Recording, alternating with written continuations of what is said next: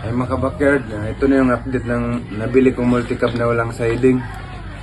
Yan, ginawan ko na ng siding mga backyard. Drop side. Yun yung design niya.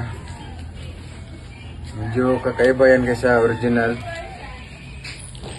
Kasi nagtipid tayo ng bend, kaya kunting bend lang ginawa ko. Ayan o. Tapos nag-DIY lang tayo ng hinges, pero matibay ito.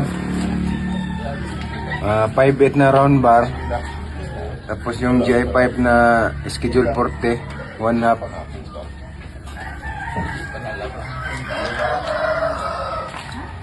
Sa likod na lang ang wala. Daming palitan mga kabakyard, pati itong ilaw. Meron din tayo ng palitan.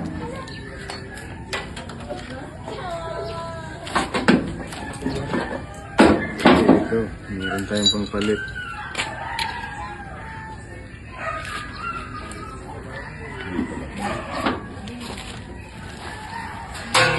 Ito pala yung pinabil ko.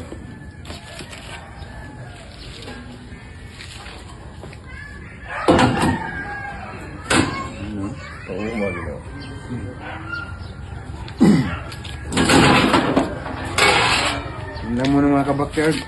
Thank you for watching.